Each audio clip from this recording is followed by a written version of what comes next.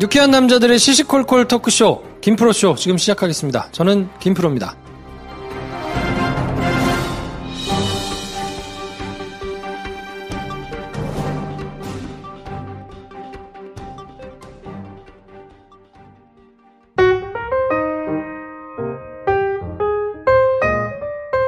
네, 토요일이면 찾아오는 시사 야부리 김선생 나오셨습니다. 안녕하세요. 안녕하세요. 능참봉 야부리 김선생입니다. 네.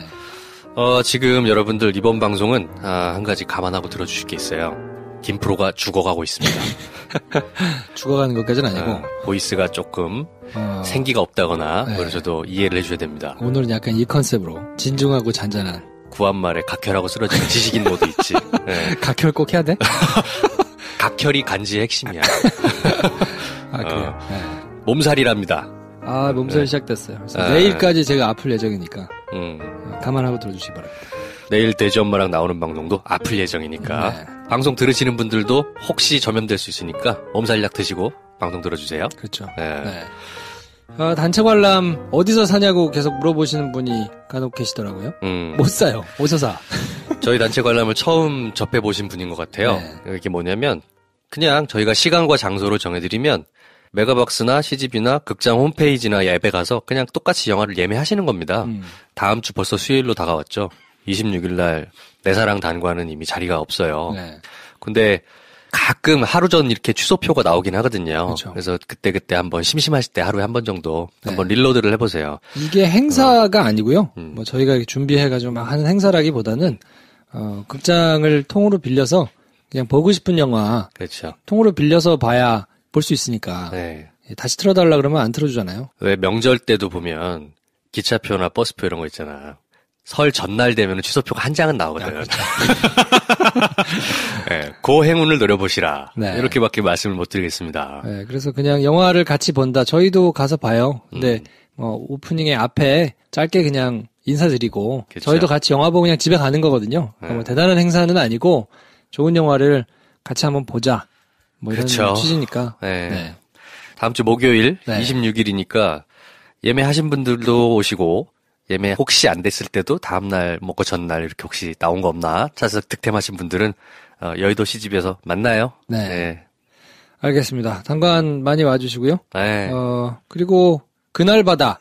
저희가 그쵸. 이제 여러 번 보자고 막 말씀을 드렸는데 네. 뭐 대단히 무슨 뭐 기획한 행사를 하지는 않았습니다. 너무 냄새가 나면 좀 그래서 그냥 자발적으로 또 제가 지난주에 방송할 때는 언론 배급 시사가 있지 않았을까 그래서 있는 줄 알고 제가 말씀드렸는데 원래 안 했더군요. 그렇죠. 김어준 총수가 아예 처음부터 선언을 하고 간 것 같아요.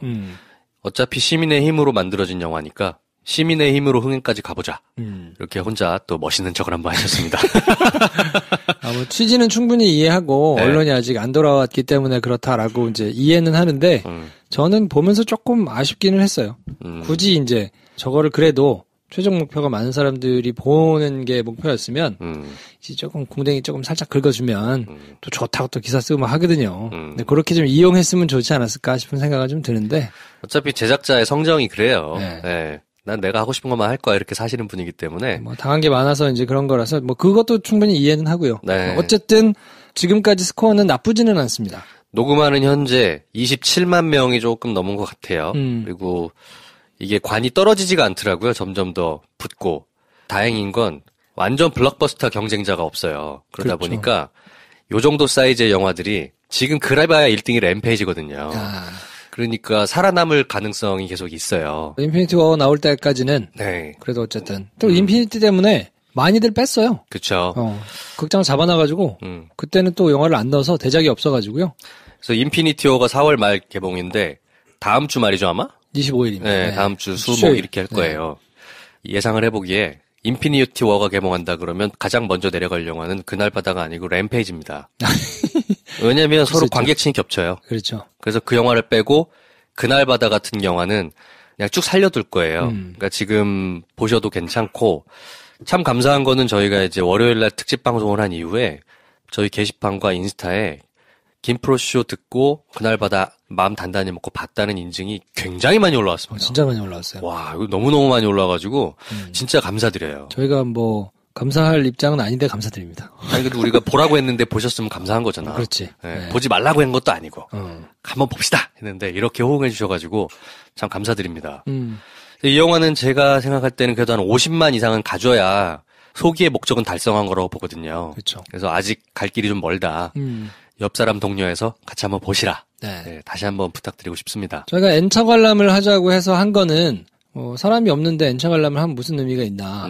저도 뭐 이제 한 3장 정도 이제 샀는데, 네. 그게 이제 극장관을 잡아두는데 좀 도움이 돼요. 네. 극장 관계자들이 보고, 극장이 너무 안 찬다 그러면, 영화를 빼거든요. 근데 사람은 안 가더라도, 이게 계속 팔린다 그러면, 남겨두거든요. 뭐 그런 차원에서. 팟빵 게시판에서는, 영원 관람식. 야, 신박하더라, 그건. 야, 이 양반들 참 재미지시네. 네. 했어요. 그 팟빵 게시판 안 오시는 분들은 모르시겠지만 어떤 일이 있었냐면, 영혼 관람식이라고 해서, 저희 김프로쇼 팟빵 게시판 아이디들을 가지고 계신 분들께서, 한날 한시 어떤 특정 상영관을 딱 찍고, 앞자리, 옆자리, 뒷자리를 서로, 그러니까 표만 예매한 거야. 그치. 그래서, 우리 몸은 못 가지만, 영혼은 가서 같이 영화 봅시다. 그래서 영혼 관람식을 하셨습니다. 그리고 사진을 되게 디테일하게 올려주시는 거예요. 그러니까요. 저는 깜빡 속았는데 처음에. 네. 오셨나요? 그러면서 막 그 목동 메가박스 네. 그 로비 사진 막 이렇게 찍어놓고 해가지고. 그렇지. 아니 이 아침 시간에 이렇게 왔다고? 봤는데 아니. 저 지금 화장실에 있어요. 점점 뭐 이런 거 있고. 아주 그냥 가와이 하십니다들. 네. 감사드리고 그날바다는 하여튼 저희가 계속해서. 함께 보자라는 말씀 드리고 싶습니다. 저는 이제 지상파 뉴스들을 한 주 봤는데 네. 그렇게 반영돼서 나오지는 않더라고요. 물론 네. 이제 파파이스에서 예전부터 이제 나왔던 내용 이어서 그럴 수도 있는데 네. 전혀 그냥 고려를 안 한 뉴스들이 좀 많고 KBS만 조금 이제 그 연관될 수 있는 내용을 좀 받아가지고 쓰기도 하고 네. 야 KBS가 4월 16일 날 네. 끝까지 이게 진실이 밝혀질 때까지 잊지 않고 하겠다고 선언을 했더라고. 야, 이제서야? 약간 조금 간지럽기는 한데 네. 그래도 그나마 다행이죠. 안 하는 것보다는 낫죠. 네. 그리고 MBC가 그날 이제 아예 목포에서 야외 생방송으로 9시 뉴스를 갔어요. 그래서 그때 쭉 얘기하면서 침몰 원인 이런 것들을 본인들이 취재해서 밝혔다는 내용들을 다 이제 얘기를 하는데 별로 새로운 건 없습니다. 노력 많이 하신다. 네. 근데 그렇게 노력할 거면 그날바다에 나온 얘기를 좀 물어봐서 쓰지. 이런 생각이 들더라고요. 하여튼 뭐 기자들이 안 봐서 그럴 수도 있고 그냥 지나가는 분위기인데요. 어쨌든 모르겠습니다. 이게 뭐 어떻게 활용될지 뭐 그럴지는 모르겠으나 영화 자체로는 굉장히 노력해가지고 잘 만든 과학 다큐멘터리니까. 그렇죠. 아직도 혹시 그날바다를 보면 마음이 무거울까봐 좀 주저하고 계신 분들이 계시면 그냥 가볍게 저희 믿고 가서 보셔도 됩니다. 저는 그날바다 그냥 의미 있다고 생각하는 게 그 다음 질문으로 갈 수 있는 근거를 마련해 줍니다. 그렇죠. 네, 우리가 궁금해하는 것들의 그 순서란 게 있잖아요. 어떻게 침몰했나, 왜 침몰했나 이 순서대로 갈 텐데 그날바다를 주의 깊게 보고 나면 결국에는 오케이 이건 됐어. 그러면 누가 왜 여기로 자연스럽게 질문이 넘어갑니다. 그러니까 저희의 행동과 생각의 방식을 이제 한 스텝 더 가게 하는 영화인 거예요. 네. 이게 참 의미 있다고 생각합니다. 그래서 김진애 박사님도 이걸 또 트위터에다가 길게 글을 달아가지고. 김프로쇼 들으시고. 네. RT를 하셨더라고요. 뭐 새벽에 2시간을 다 들었다 그러면서. 감사합니다. 네. 새벽에 잠이 없으셔가지고. 김진애 박사님이 월요일 날 나오십니다. 집놀이란 책으로요. 녹음은 저희가 좀 전에 했는데, 김진애 박사님하고 같이 월요일 날은 이제 뭐 집놀이에 대해서 얘기를 이제 할 거고요. 이번 주는 사실 뭐 가장 핫했다 그러면 이제 남북 정상회담이 일주일 앞으로 다가왔기 때문에 그 소식이 가장 핫하기는 합니다만 말초적으로 자극적으로 사람들한테 더 와서 꽂혔던 뉴스는 조현민 대한항공 요 뉴스가 아닌가. 저희가 뭐 2주 연속으로 얘기를 하고 있는데 아마 3주 연속일 거죠 아마? 그렇겠죠. 일파만파로 계속해서 뭐가 나옵니다. 처음에는 조현민 상무가 상무가? 하여튼 하여튼 임원 광고 대행사들한테 이제 PT를 받으면서 물컵을 던졌다. 참 성질머리 더럽다. 저 집안은 왜 저렇게 갑질을 하냐. 요 정도 참 꼴사납구나 정도였는데 이게 계속 나와요. 조현민이 사실은 미국 국적이거든요. 에밀리. 네, 항공법상 외국 국적을 가진 사람이 항공사의 등기 임원이 될 수가 없다. 그렇죠. 라는 법이 있더라고요. 전 몰랐어. 저는 몰랐어요. 네. 근데 대한항공이 가지고 있는 저가항공 진에어라는 회사가 있어요. 진에어가 사실상 조현민이 어느 정도 주도한 회사라고 그러더라고. 거기에 등기 임원이 돼 있습니다. 그리고 그게 지금은 아닌데. 그랬다가 이제 뺐는데 문제가 될 소지가 3개월 이내에 조치를 취하지 않으면 불법이거든요. 근데 3개월 이상 등기임원을 여기만 얘가 있더라고. 네. 사실 이거 불법이죠. 물컵을 물을 던졌네 마네. 근데 조현민 또 나갔다가 MBC가 새벽에 또 기다렸더라고요, 공항에서. 왜 던지셨나 했더니 물컵을 던지진 않았습니다. 바닥에다 뭘 했다든가 왜 막말했냐니까 죄송하다고 했는데 그래서 이제 물컵을 던졌네 말았네 이제 그거 가지고 얘기하다가 방금 말씀하신 대로 이제 지네요. 좀 다른 거에서도 문제가 있다라고 나오다가 카카오톡이나 이런 데 돌아다니는 걸로 제가 문자를 하나 받았는데 그 내용이 있더라고요. 전직 임원들이나 전직 직원들이나 운전기사나 이런 분들을 취재하시면 굉장히 많은 게 쏟아져 나올 겁니다라는 대한항공 전직 사람이 뿌린 것 같아요. 아유. 굉장히 세세한 포인트를 짚어주면서 이 사람들은 이런 일이 있고 저런 일이 있으니까 아마 접촉하시면 쉽게 얘기가 나올 겁니다 했는데 그 뒤로 실제로 막 쏟아지고 있죠. 가족들 막말부터 시작해서 막 음성 파일도 나오고 막 쏟아져 지금 나오고 있거든요. 특히 그 집안의 이제 어머님 이명희 씨. 난 이명희 실시간에 떠 있길래 신세계 이명희 회장 문제인 줄 알았어요. 근데 다시 보니까 그게 아니고 이제 조양호 회장의 와이프 부인께서 이명희 씨더라고. 저 엄마가 대박이다. 갑질의 끝이다. 그렇죠. 이런 얘기가 막 구체적인 증언과 함께 막 나오더라고요. 집안에서 욕설하고 이런 거는 일상다반사고. 근데 아버지가 계실 때는 조금 덜 했는 모양이죠? 아무래도 남편 회장님 계시면 그러다가 이제 회장님이 자리를 떼시면 막 이제 그렇게 욕을 하고 막 난리를 치고 더 웃긴 건 뭐냐면 대한항공 직원들을 집으로 불러다가 놓고 조인트를 까는 식으로 거실에서 막 화를 내고 혼을 냈대요. 어떡하면 좋아. 저희가 무슨 대한항공 임원도 아니고 뭔데. 그래서 역시 가정교육이 문제가 있었는데 저기가 포인트구나. 그렇죠. 라고 나왔는데 이게 점점점 단순히 어떤 도덕적으로 지탄받을 문제, 어떤 인격적으로 지탄받을 문제에서 불법 탈법의 영역으로 뉴스가 확대되고 있습니다. 그래서 총수일가가 이제 화물을 마치 자기네들 택배 들여오듯이 그렇죠. 막 무슨 소세지, 막 체리, 막 이런 것까지. 조양 회장은 카메라 부품이랑 와인을 주로 그렇게 했고, 그리고 조현민 씨는 게사료를 그렇게 수입했대. 아니, 사람을 그렇게 귀하게 써, 좀. 아주 말초적인 얘기라서 저희가 이렇게 구체적으로 다 얘기하는 것도 좀 민망합니다만 명품을 그렇게 좋아한대요. 명품을 수억 원 단위로 산 다음에 그걸 대한항공 화물인 것처럼 붙여서 관세를 피하는 거죠.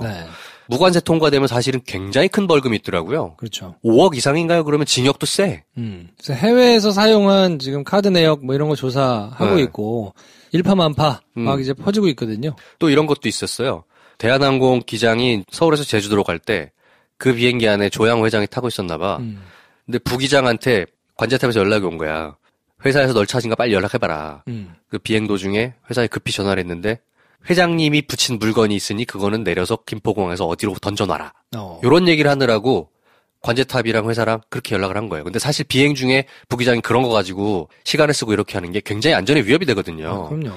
이런 일이 너무 비일비재했다는 거죠. 야, 거의 그냥 자기들 종들 부리듯이 막. 그렇죠. 한 거니까. 야, 이럴 수가 있나 싶은 생각도 들고. 어처구니가 없어요. 약간 상상은 했겠는데 이게 정황으로 드러나서 보니까 더 어이가 없고 이 시대의 가장 큰 문화가 이제 갑질 문화라고 지금 짚어지고 있는데 CJ 파워캐스트 이재환 대표, 이재현 회장 동생이에요.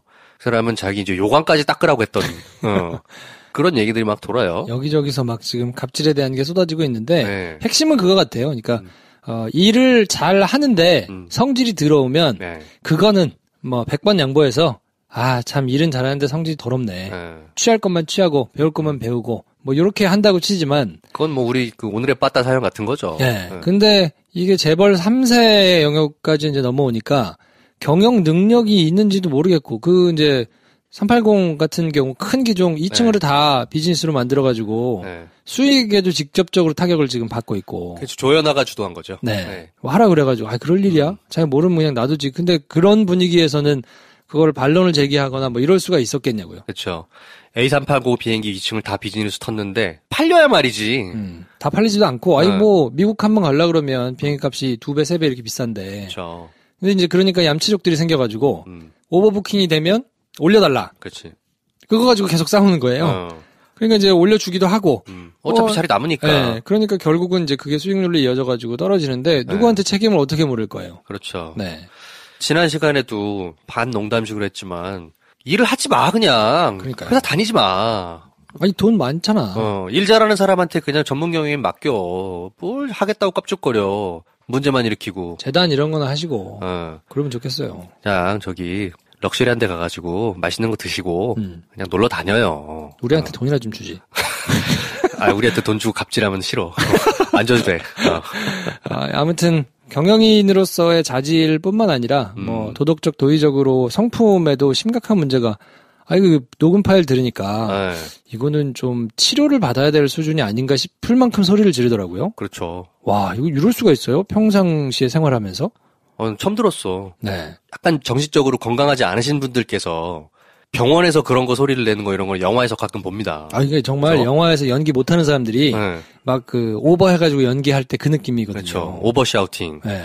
성대가 나만 하나 몰라? 저렇게 소리 질러서. 근데 아무튼 뭐 충격적인 일이 계속 이어지고 있어서 요거는 뭐 경찰 수사가 일파만파 계속 커질 것 같고 지금 분위기도 이런 걸 그냥 놔둘 분위기는 아니어서 뭐 지방세 감면받고 뭐 이런 것까지 다 지금 새로 검토를 지금 한다 그러는데 얼마나 많은 특권과 반칙이 있었겠습니까?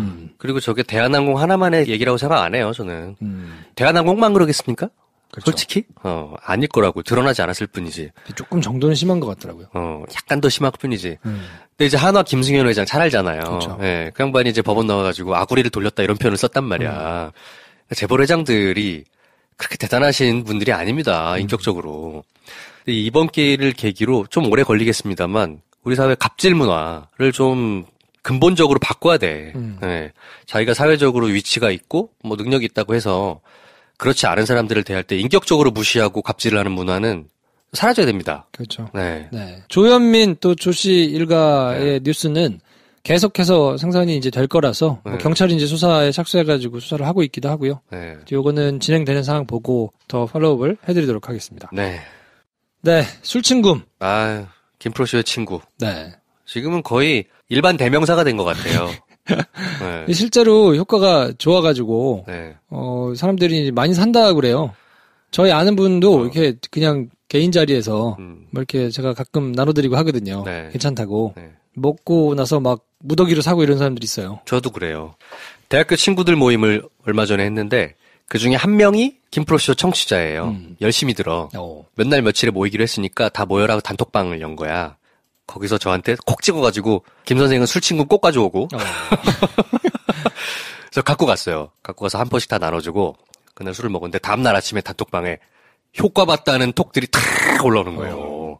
심지어 그러면서 그중에 한 놈은 37만 원어치를 한 번에 구매했다며. 야, 너 역시 고맙다. 꼭 남기라 그래요. 네. 김프로쇼 듣고 샀다고. 후기 게시판에 꼭 남기라고. 김프로쇼 듣고 샀다고. 네. 네. 그 정도입니다. 요즘에 게시판에는 잘 출마를 안 하시던데. 우리 군뱅이 키우는 소연아버님. 네. 바쁘신 것 같아. 그렇죠. 뭐 바빠서 돈 많이 버시면 좋죠. 네. 오늘자 게시판을 봤는데 낮 4시부터 4차를 달리시면서 술친굼을 테스트해본 분이 계십니다. 야. 다음날 아침에 쌩쌩하셨다며. 후기를 남기셨습니다. 좋은 건지 잘 모르겠다. 이 정도 되면. 네, 하여튼 숙취 해소 효과만큼은 확실하다. 네. 저도 술 적게 먹는 사람 아닌데 정말 괜찮습니다. 네. 아무튼 많이 사랑해 주시고요. 네. 남북 정상회담이 이제 일주일 앞으로 다가왔습니다. 그렇죠. 6월 27일 날 생중계를 하기로. 그리고 지난주에는 이제 한라인도 복원을 하고. 네. 그게 굉장한 이제 뉴스였는데 네. 다른 뉴스들에 밀려가지고 거의 한 두 번째 꼭지 정도로 나오더라고요. 뭐 의미상으로는 사실 제일 이제 큰 뉴스인데. 그게 이럴 일이 아닌 게 CNN에서 이렇게 보도를 했단 말이에요. 이번에 남북 정상회담하고 곧 이어서 이어질 북미 정상회담은 이번 세기에 벌어질 외교 무대에서 가장 중요한 회담이라고. 그렇죠. 네. 세계에서 가장 중요한 회담을 우리가 주도해서 준비하고 있는데. 그건 안 나와. 드루킹 이런 얘기 할 말이야, 지금? 진짜 언론들 정신 좀 차려라 좀. 네. 보고 있으면 좀 답답하죠. 네. 그거를 우선순위에 위에 계속 그렇게 며칠씩 올릴 일인가 싶은 생각이 조금 들기도 하고. JTBC 뉴스룸에서 사당 원내대표가 2부에서 같이 이렇게 토론을 한 적이 있었어요, 이번 주에. 그 사당 원내대표가 아예 뉴스 꼭지 뒤에 한 30-40분을 토론을 하는 예는 쉽지 않거든요. 네. 근데 그 자리에 나와서도 김성태, 김동철은 계속 하는 얘기가 드루킹이야. 미친 거 아니야? 한번 꼭지를 잡았다고 생각하겠죠. 요걸로 한번 정말 꼴보기 해보자. 싫어가지고 이따 칩시다 그런 얘기가 만약에 내가 보수 지지자도 아니지만 그 부분을 살짝 건드리면서 뭐 이런 일도 있었다. 집권여당 반성해라 하고 남북 문제랑 정상회담 얘기에 더 진정성 있는 얘기 했다면 오히려 달라 보였을 것 같아. 그렇죠. 네. 근데 남북 문제가 뭔가 잘 해결이 되고 이걸로 굉장한 변화가 있으면 그 공을 다 여당이 가져가니까 그러면 쟤네들 좋은 일을 왜 시켜? 라고 하면서 지금 계속 어깃장을 놓고 딴 거에다 지금 힘을 쏟고 있는 건데 그러면 대한민국이라는 전 세계에서 유일한 분단국가에서 정치를 하고 계시다는 분들이 네. 똥오줌은 좀 가려야죠. 그리고 어떤 게 우선순위 위에 있는 건지는 좀 가려야 될 거 아닙니까? 그렇죠. 참 저건 역사에 길이 남을 일이라서 너무 창피한 것 같아요. 그게 너무너무 병신 같은 거예요. 왜냐하면 생각해봅시다. 자유한국당이랑 바른미래당이 지금 남북, 북미 이런 전체적인 외교의 그 현장에서 뭔가 개입해서 영향을 행사할 수 있는 가능성은 제로예요. 사실상 그렇잖아요. 그러면 다가올 미래인 게 정확한 거예요. 그 새로운 펼쳐지는 질서가 지방선거 이후에 남북정상회담 이후에 펼쳐질 자기들이 활동할 정치 지형이란 말이에요.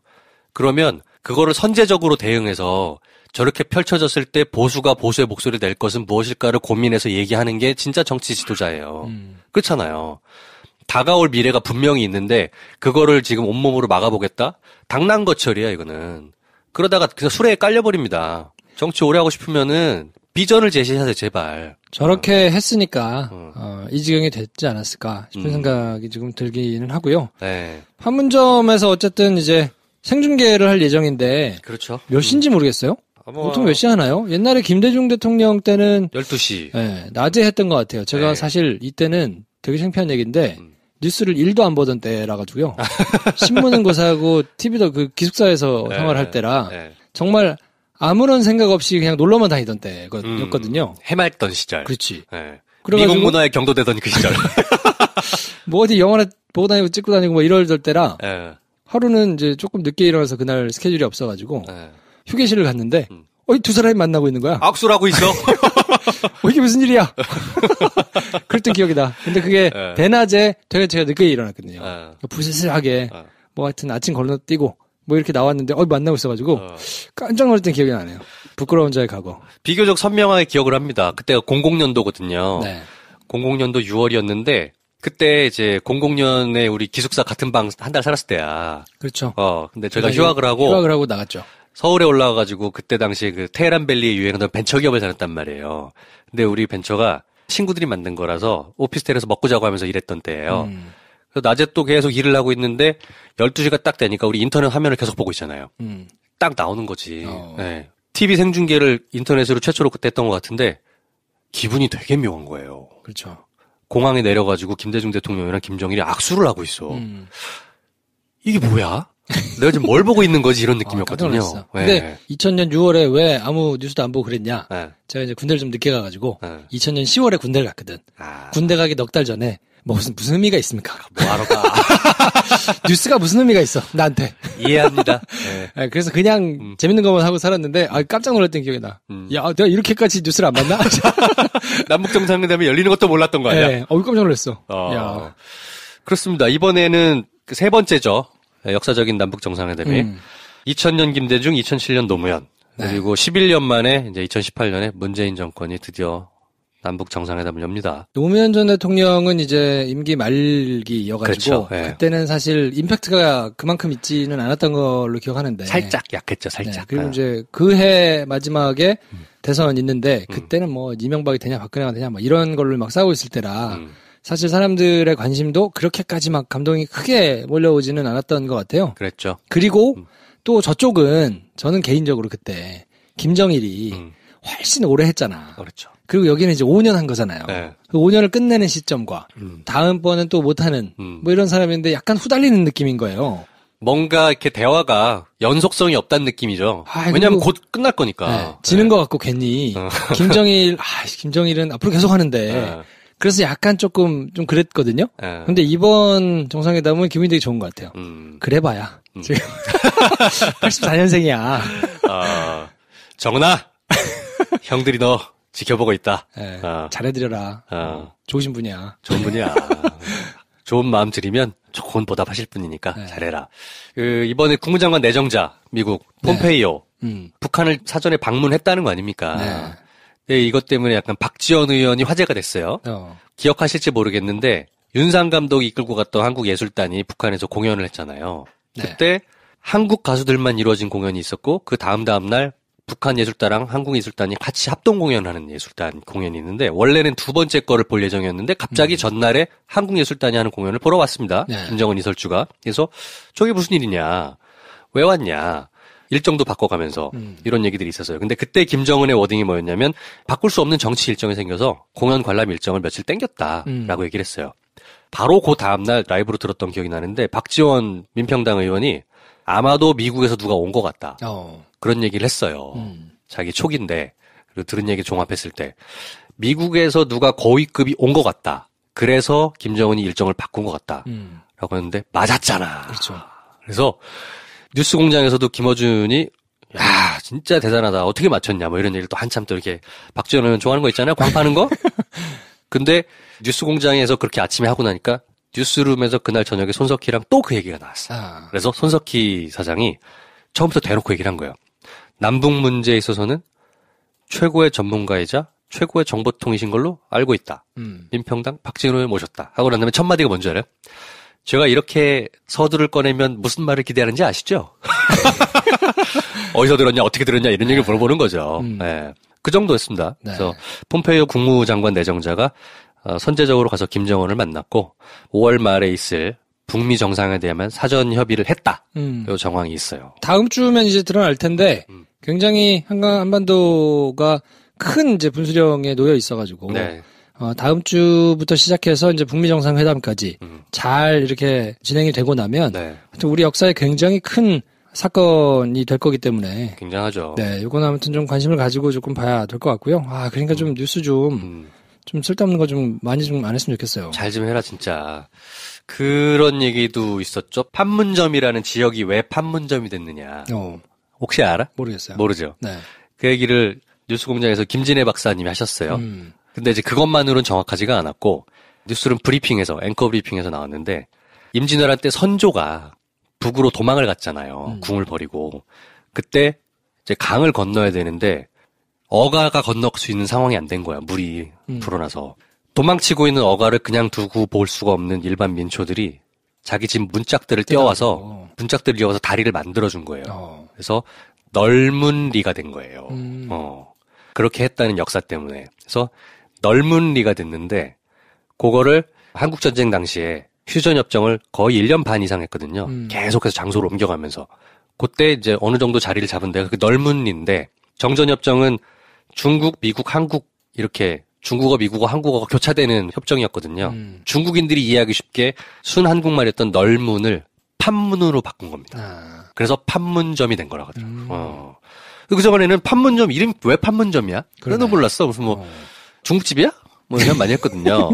좋은 정보 감사합니다. 네. 네. 그런 역사적인 연원이 있는 동네랍니다. 다음 주에 27일 날 하는데 또 해필 25일 날 인피니티 워가 개봉하잖아요. 네.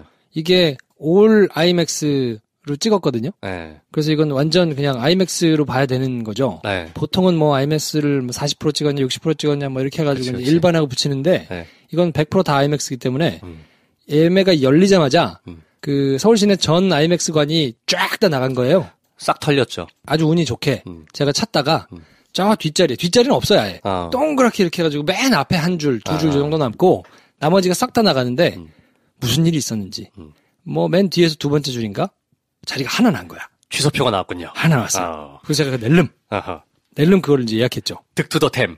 그렇지. 근데 27일 12시야. 밤? 아니 낮. 낮? 생중계 할 건데. 어떻게? 그래서 이게 지금 몇 시냐. 아하. 생중계를 내가 보고 들어갈 수 있느냐. 그래서 물어봤군요. 네. 근데 시간은 아직 안 나오기 때문에 네. 이걸 어떻게 해야 되지? 근데 만약에 12시에 만난다 그러면 이 역사적인 순간에 내가 인피니티 워를 볼 일이야 지금? 내가 비록 2000년 김대중 대통령과 김정일 국방위원장은 군대를 간다는 이유 때문에 뭐 그게 안 봤지만 이거는 좀 챙겨봐야 되지 않겠어요? 하필 또 그렇게 다 걸려가지고 하하. 이게 좀 그러네요. 그래도 저 같으면 인피니티 워를 봅니다. 그런가? 어차피 틀면은 주구장창 나올 건데. 그런가? 뭘 끝나고 와서 봐야 되나? 아니면 이 방법도 있어. 영화가 12시 프로면 12시 10분쯤 시작하잖아요. 12시 아니야. 11시 50분 거야. 그래? 그럼 12시 시작하겠네. 12시 시작이지. 살짝 핸드폰을 최저 밝기로 해가지고 뒷자리니까. 그렇지. 이어폰을 한쪽에다 꽂고 그 만나서 악수하는 장면만 보고 영화를 봅니다. 야. 네, 요즘 뭐.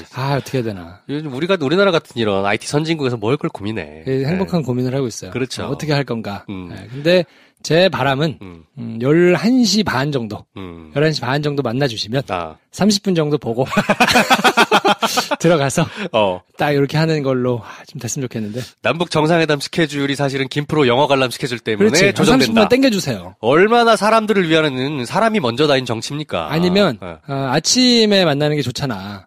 12시에 만나면 너무 늘어지니까 11시 정도로 합시다. 근데 내 라이프 스타일 생각하면 12시가 나 11시 반 전에 안 일어나거든요. 그래요? 네. 11시 정도 해주면 좋겠는데. 근데 불안해. 12시 할 것 같아. 어떻게 되지? 네. 우리가 램페이지를 이렇게 몇 번 녹음했더니 점점 뻘소리가 늘었어. 네. 역사적인 생중계가 진행이 되는데, 기대가 됩니다. 그러니까 이번 정상회담의 핵심 야마는 이런 거예요. 휴전협정을, 그러니까 정전협정을 평화협정으로 갈 것. 요게 핵심 포인트인 것 같습니다. 종전을 하고, 종전을 선언하고, 평화협정으로 가고. 그렇죠. 상호 간에 침략하지 않겠다. 6.25 한국전쟁은 끝났다라는 선언. 이게 가장 중요한 겁니다. 그러니까 양 국가 간에 물론 많은 아젠다들이 있겠죠. 핵 폐기부터 시작해서. 그러나 가장 상징적으로 중요한 아젠다는 한국전쟁을 종료할 것이냐 말 것이냐. 이거라고 봅니다. 또 뭐 트럼프가 blessing, 종전협정을 맺는데 축복한다 이런 말까지 했어요. 참 별난 양반이야. 자, 그리고 주 초에 지난주에 이제 김기식 위원장 얘기를 했었는데 사임을 했죠. 안타깝습니다. 그 내용을 보면 선관위에서 이제 판단을 한 게 다른 건 아니고요. 그러니까 연수를 가고 이런 게 잘못됐느냐, 돈을 받아서 가는 이런 게 아니고 매달 20만 원씩 더 좋은 미래 연구소라는 데다가 이제 정책 연구 기금을 매달 20만 원씩 후원을 이제 했었는데 보통 선거법에는 그렇게 돼 있거든요. 자기 지역구에 있는 어떤 특정 단체 이런 데다가는 그 의원이 후원을 못 하도록 돼 있는 거예요. 그렇죠. 후원을 하면 이제 아무래도 자유롭지 못하니까. 근데 김기식 의원 같은 경우는 그때 비례대표였단 말이에요. 전국이 지역구였기 때문에 어딜 내도 약간 걸리는 거야. 그래서 그 문제가 된다라고 이제 판단을 했거든요.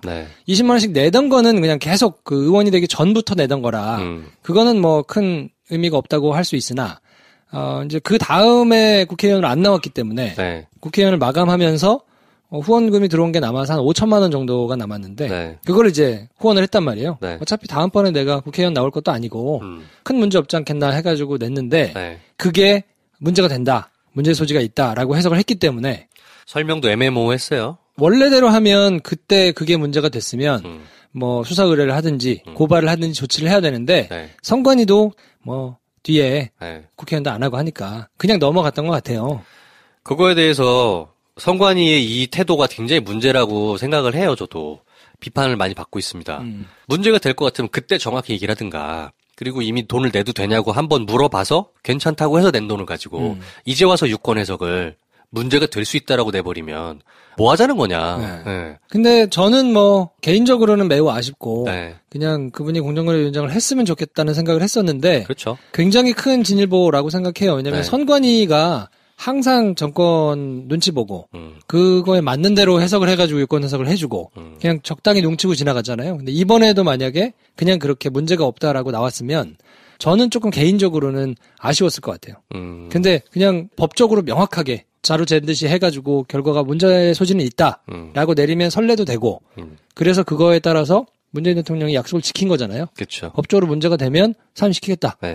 아쉽기는 하지만 더 괜찮은 사람을 이제 찾는 일이 남은 거니까 그냥 원칙대로 자기가 얘기한 대로 깔끔하게 처리가 되는 거를 보면서 야, 참 좋아졌다. 이게 만약에 이명박 박근혜 같았으면 이렇게 했겠어요? 유권 해석 저렇게 안 나오죠. 선관 유권 해석이 아사모사하게 나오고 별 문제 없다는 중에 또 강행하고 이렇게 했을 거란 말이에요. 근데 그게 어쨌든 선관위가 정부에서 원래 독립된 기관이니까 독립적으로 활동하고 해석해도 두려움을 안 느낀다라는 걸로 해석이 되니까 저는 그나마 그래도 다행이다라는 생각이 들더라고요. 그래도 아쉬운 건 아쉬운 겁니다. 저는 마음은 굉장히 안타깝고 여전히 그 선관위가 2년 전과 2년 후에 그 태도가 달라지고 해석이 달라진 부분에 있어서는 선관위도 반성해야 된다. 그럼요. 진짜. 독립기구인데 여태까지 한 번도 독립적으로 활동을 못했으니까 그거는 제대로 좀 조사를 좀 했으면 좋겠어요. 여러모로.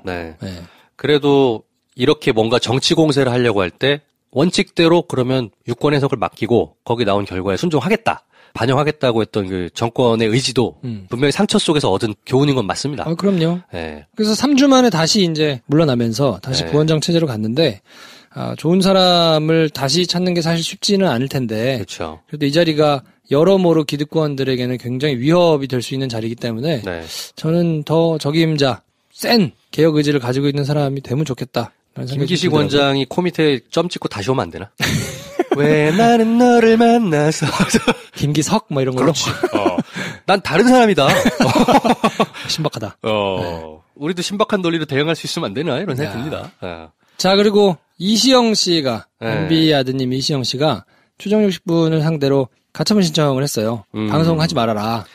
마약 문제를 다루겠다 했었거든요. 재판이 진행 중이기 때문에 네. 지난번에 이제 추정 60분에서 한번 나와서 네. 그걸 가지고 맞네 틀리네 뭐 이제 소송이 진행 중인데 2탄을 낸 거예요. 그랬더니 소송이 안 끝났는데 소송에다가 내지 증거가 있으면 왜 방송을 하냐. 그러면서 이제 가처분 신청을 냈는데 네. 이것 때문에 홍보가 돼가지고 시청률이 뛰었어. 이야. 4.8% 나왔습니다. 근데 방송에서는 사실 별 내용 없었다는 얘기도 많이 나오더라고요. 그렇죠. 뭐 큰 내용 있지는 않았어요. 네. 근데 어쨌든 이것 때문에 관심을 더 갖게 돼가지고 네. 추정력 10분이 4.8% 나오기 쉽지 않거든요. 쉽지 않죠. 네. 네. 4.8%면 라디오스타? 보다 높게 나왔으니까. 시사에서 가장 높다는 썰전이랑 블랙하우스가 4%대 후반이에요. 추정 60분으로서는 경이적인 시청률을 한번 기록한 거죠. 야, 이거 제대로 홍보해 주신 거지. 아유. 제대로 시키지도 않았는데. 빅픽처? 본인을 제대로 홍보했어. 방송에 나오는 게 좋지 않았을까? 내용은 근데 별게 없었다는 게 좀 아쉽긴 해요. 네. 네. 근데 지금 어쨌든 뭐 소송이 진행 중이기도 하고, 수사가 이제 정말 임팩트가 있으려면, 네. 수사를 했던 사람들 중에서 뭔가 내부 목소리가 나와야 되는데, 지금 아직 그럴 수 있는 분위기는 아닌 모양이죠. 그러니까 이제 주변에서 뭔가 변죽을 올리는 얘기만 나오니까 네. 좀 아쉽긴 합니다만 그래도 어쨌든 이것 때문에 이런 일이 있었고 이것 때문에 재판을 지금 받고 있고 뭐 네. 이런 거를 사람들이 기억할 수 있게 됐으니까 본인한테는 조금 뭐 좋지 않겠습니다만 네. 뭐 국민들의 알 권리 차원에서는 괜찮다 뭐 이런 생각이 들더라고요. 저희가 오늘 준비한 얘기는 거의 다 했는데 마지막으로 하나 더 살짝 말씀드리고 싶은 게 내일 돼지엄마랑 방송에서 김경수 의원과 드루킹 이야기를 많이 하실 거잖아요. 네. 그렇죠? 그래서 저는 뭐 많이 얹진 않겠습니다. 근데 김경수 의원이 출마 발표를 선언을 하려다가 오전에 살짝 그거를 취소하고 저녁에 다시 발표를 했어요. 네. 요거를 보면서 제가 생각하는 바는 뭐냐면 김경수 의원이 좋은 결단했다라고 생각해요. 왜냐하면 우리가 대의 민주주의잖아요. 내 뜻을 대신해 줄 사람을 선거로 뽑는 겁니다. 김경수 경남도지사 예비 후보에게.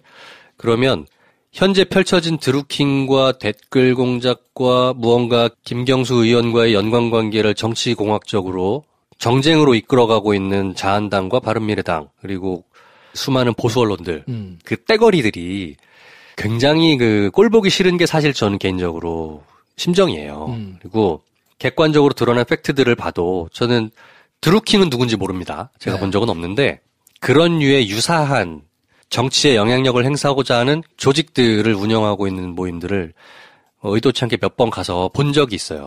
아는 사람이 가서 한번 보자. 그리고 도와달라 뭐 해가지고 근데 갔는데 영 얼토당토 않아서 그 뒤로는 관계를 끊은 적이 있었거든요. 네. 나한테 이런 데 소개하고 그러지 말라고. 그런데 드루킹과 그 집단들 우리 해왔던 여러 가지 정황들이 보면 제가 봤던 그런 모임이랑 크게 다르지가 않더라고요. 오히려 이제 규모가 좀 더 컸을 뿐이지. 네. 그 정치를 하다 보면 이런저런 류의 이해관계를 묶여진 그런 똥파리들이 정말 많이 달라듭니다. 그러면 내가 떳떳하고 거기에 대해서 괜찮다 그러면 설령 전체 판세에서 리스크한 요소가 될지라도 저는 과감하게 돌파하고 그 부분을 이겨내는 투쟁적인 나의 뜻을 대신해줄 정치가를 찾는 마음도 있어요. 네. 근데 지금 상황에서 만약에 김경수 의원이 전체 더불어민주당 판세에 영향을 미칠 수도 있고 내가 문재인 대통령의 정치적인 부담을 줄 수도 있으니 억울하지만 접겠다라는 판단을 내렸다면 굉장히 아쉬웠을 것 같아요. 네. 네. 지금 내가 기대하고 있는 정치가는 그런 사람이 아니거든요. 어렵고 힘들더라도 이거를 이겨내주길 바라는 마음이 있었어요. 기꺼이 응원하고 싶었고. 네. 그래서 고마운 마음이 들었습니다, 저는. 김경수 의원과 뭐 드루킹, 네. 뭐 이 일이 도대체 법적으로 뭐가 문제가 되는 거고, 네. 김경수 의원 쪽에서는 왜 이런 결단을 해가지고 밀고 나가려고 하는 거고, 뭐 이거에 대한 얘기를 최저엄마하고 자세하게 나눴거든요. 네. 그러니까 이거는 내일 방송에서 들으실 수 있을 것 같고, 네. 그걸 듣고 나면 주변에서 이제 얼토당토않게 국정원 댓글 사건하고 엮어가지고 막 주장하시는 분들의 그렇죠. 뒤통수를 탁 때려드릴 수 있도록 네. 정리를 해드리겠습니다. 드루킹이 했다는 짓들이란 게 굉장히 패턴이 있어요. 근데 그거를 거의 정확하게 하려고 제가 이제 그때 봤던 얼토당토 않았던 그룹은 뭐냐면 이제 뭐 어차피 다 이제 거의 은퇴하실 가게분이니까 대한 지지자였어요. 근데 자기들끼리 소모임을 만들어서 온라인 조직을 만들고 그걸로 열심히 댓글을 하고 소통하고 어쩌고 하고 하면서 근데 결과적으로는 별로 영향을 못 끼쳤어요. 그러니까 그 끈앞풀을 가지고 내가 손고문이랑 이런 영향력이 있다. 동아시아 연구재단 이런 게 있다 하면서 병원들을 찾아다니면서 성형외과들 이런 데 가서 바이럴 마케팅 우리가 해줄 테니까 달에 1,000만 원씩 내라 이렇게 삥 뜯어 다닌 거야. 내가 그걸 보면서 정말 어처구니 없었거든요. 야 저런 똥파리들이 진짜 많구나. 그래서 아예 그냥 딱 끊어버렸어요 그 사람이랑은. 근데 그 짓을 거의 똑같이 한 게 드루킹인 거예요. 네. 그보다 좀 더 사이즈 있게. 네. 아무튼 뭐 드루킹과 관련된 내용은 내일 정리를 해드리고 네. 뭐 한 주의 이슈를 이렇게 정리를 해봤는데요. 저희는 다음 주에 또 그 주의 이슈 네. 정리해서 가져오고 다음 주에는 제가 몸을 잘 챙겨가지고. 그러게요. 네. 이 봄날에 몸살이 나가지고. 네. 김프로의 그 쾌유를 빌어주시기를 바랍니다. 공개방송 이후에 회복이 잘 안 되고 있는데. 그게 언제적인데 아직도 회복이 안 돼요. 영향이 있는 것 같아요. 나이가 먹어서 그런가 봐. 아무튼 다음 주 이 시간에 다시 찾아뵙겠습니다. 다음 주에 뵙겠습니다. 고맙습니다.